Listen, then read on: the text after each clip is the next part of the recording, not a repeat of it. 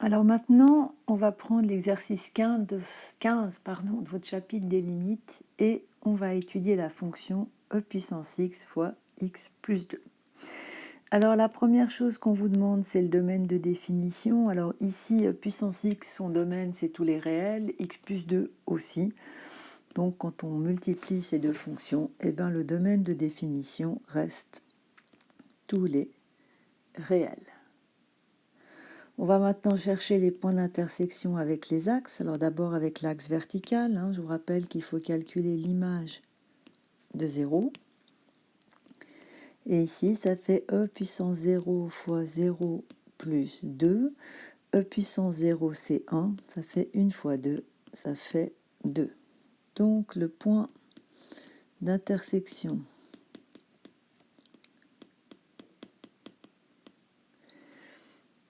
de f, ou du graphe de f, avec l'axe des y, c'est le point 0, 2.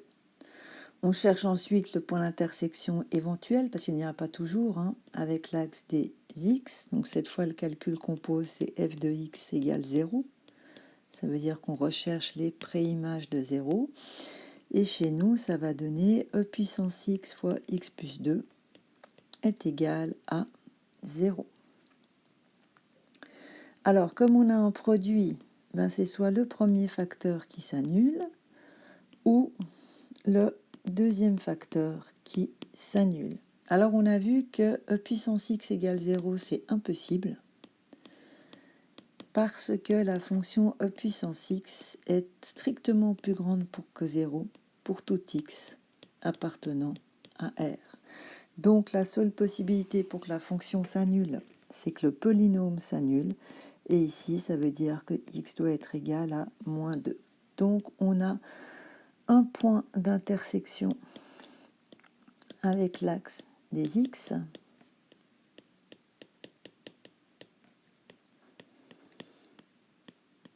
c'est le point moins 2, 0. Alors quelquefois quand on dessine, je le fais pas tout le temps, ça c'est vrai, mais on peut donner des noms aux points. Donc là on aura le point A et là on aura le point B. Une fois qu'on a fait ça, dans l'exercice, on vous demande ensuite de construire le tableau des signes de la fonction.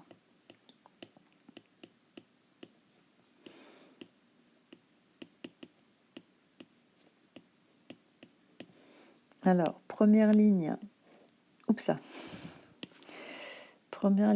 c'est l'ensemble des valeurs de x possibles. D'accord? Donc ici, on n'a aucun souci, c'est tous les réels.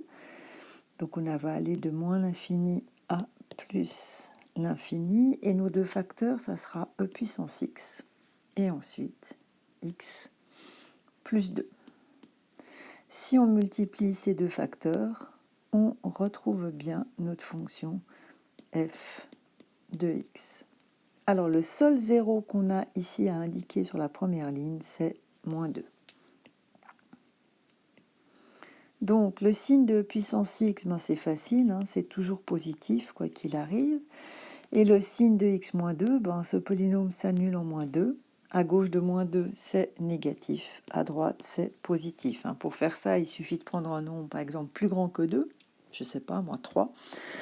3 plus 2, ça fait 5. 5, c'est positif, donc c'est bon. Donc il faut prendre un nombre pas plus grand que 2, mais plus grand que moins 2. Ensuite, on fait la règle des signes. Plus par moins, ça fait moins. Plus fois 0, ça fait 0. Plus par plus, ça fait plus.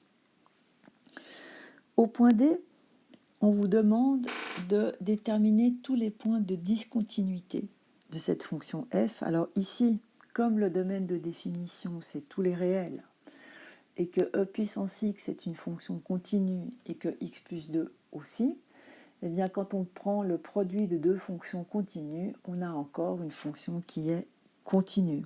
Donc il n'y a pas de point de discontinuité. Donc comme f est le produit de deux fonctions qui sont continues sur R,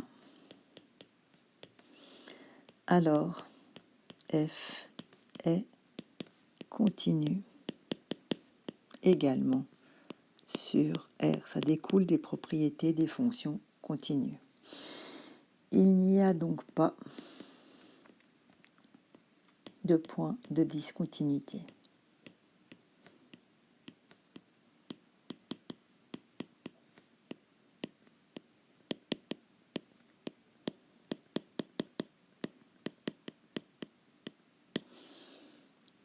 On peut donc passer directement au point E qui nous demande d'étudier la fonction ou le comportement de la fonction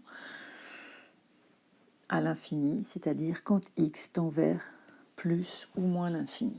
Alors dès qu'on a une fonction exponentielle, il faut séparer les deux limites. On va d'abord faire la limite lorsque x tend vers plus l'infini de e puissance x fois x plus 2. Donc, c'est la limite d'un produit, c'est le produit des limites. Donc, on peut écrire que c'est la fonction e puissance x fois la limite lorsque x tend vers plus l'infini de la fonction x plus 2. Alors, si on remplace x par plus l'infini, ça fait e puissance plus l'infini pour la première. Et pour la suivante, ça va faire plus l'infini plus 2. Et donc, ça va faire, donc e puissance plus l'infini, ben c'est clair que ça devient très grand, c'est plus l'infini. L'infini plus un nombre, c'est l'infini. Donc, ça fait l'infini fois plus l'infini. C'est égal à plus l'infini. Donc, cette fonction f n'admet pas d'asymptote horizontale quand x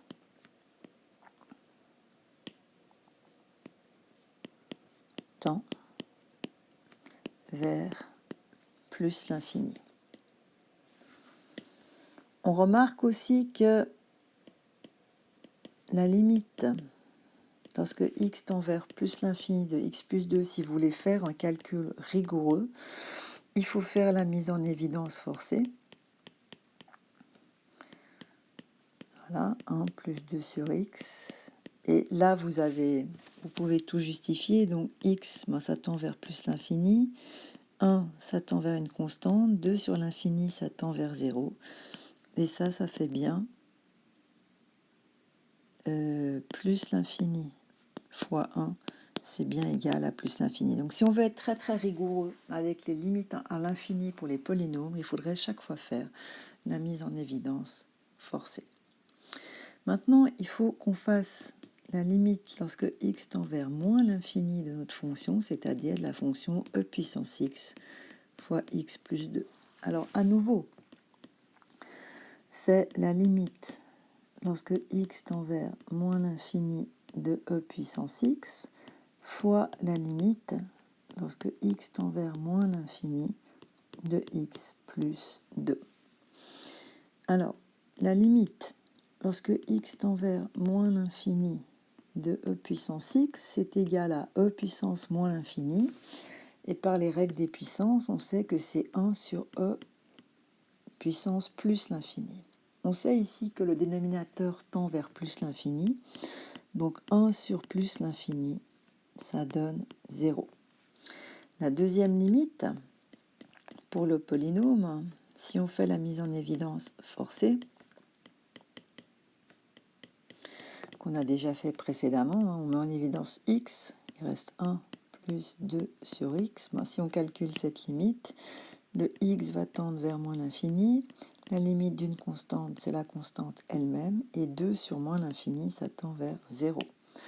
Donc tout ça, ça fait moins l'infini fois 1, ça donne moins l'infini. Donc on a que la limite lorsque x tend vers moins l'infini de e puissance x fois x plus 2, c'est égal à 0 fois moins l'infini. Alors en général, je vous ai toujours dit que c'est une limite qui est indéterminée, mais ici, c'est pas le cas parce qu'on sait que e puissance x décroît beaucoup plus vite qu'en polynôme, ici x plus 2. Donc c'est e puissance x qui l'emporte. Et donc ça veut dire que cette limite-là est égale à 0. Donc dans une épreuve, vous devez justifier vos résultats. Donc vous ne pouvez pas juste mettre que la limite est égale à 0. Il faut rajouter cette phrase que x décroît beaucoup plus vite qu'un polynôme, ou croît quand vous faites les limites à plus l'infini. Donc cette fonction f, elle admet une asymptote horizontale quand x tend vers moins l'infini. Et une fois qu'on a donc fait tous ces points, il ne nous reste plus qu'à dessiner la fonction. Alors, on va prendre de nouveau une feuille quadrillée, parce que je pense que ça sera plus facile pour dessiner. Donc ça, c'est le point F de votre exercice. Donc on va juste prendre une règle pour faire des axes corrects. Je ne pense pas qu'elle va aller très bas. Donc ici, on a l'axe des X. Oups. Ici, on a l'axe des Y. Et ce qu'on sait déjà, enfin la seule chose qu'on sait sûre, c'est que quand x tend vers moins l'infini, donc je ne vais pas la dessiner en entier, eh bien, on a une asymptote horizontale. Donc ça, c'est d'équation, je ne crois pas que je l'ai noté avant, y égale 0. Donc je vais juste vérifier si je l'ai mis. Non, je ne l'ai pas mis, alors je vais vite le rajouter. D'équation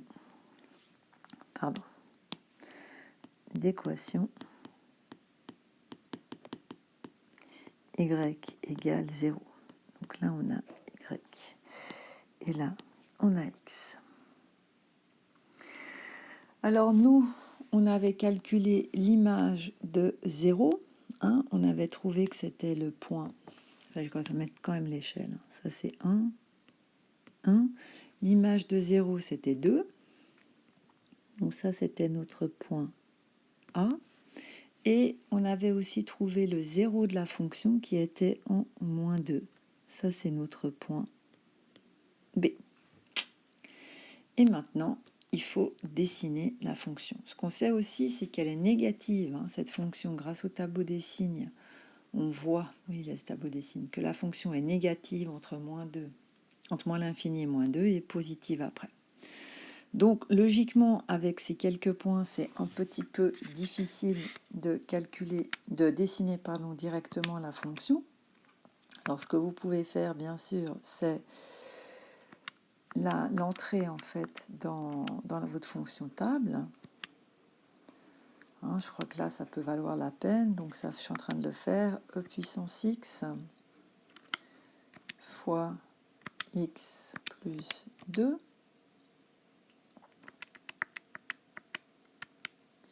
Voilà, x plus 2. Et on peut essayer de faire un tableau des valeurs. Voilà. Et puis, on va peut-être juste changer. Enfin, vous voyez pas ce que je fais, mais j'avais un step de 0,1. Je pense que c'est trop grand.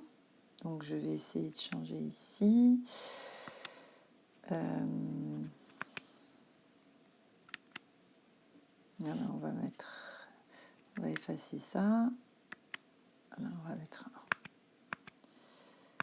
1. Voilà. Donc, c'est une fonction qui monte très très vite puisque l'image de 1, c'est déjà environ 8. L'image de 2, c'est 29. L'image de 3, c'est 100. Donc, vous voyez bien que ça tend vers plus l'infini très rapidement. Ensuite, l'image de moins 1, c'est 0,3. Donc, l'image de 1, c'est 0,3. L'image de moins 2, c'est 0, ça on le savait. L'image de moins 3, c'est moins 0,05. L'image de moins 4, c'est moins 0,03. Donc, en fait, cette fonction, ben, qu'est-ce qu'elle va faire? Il y a une chose qui est sûre, c'est que là, la fonction, jusqu'ici, ben, elle part à l'infini, ça c'est sûr.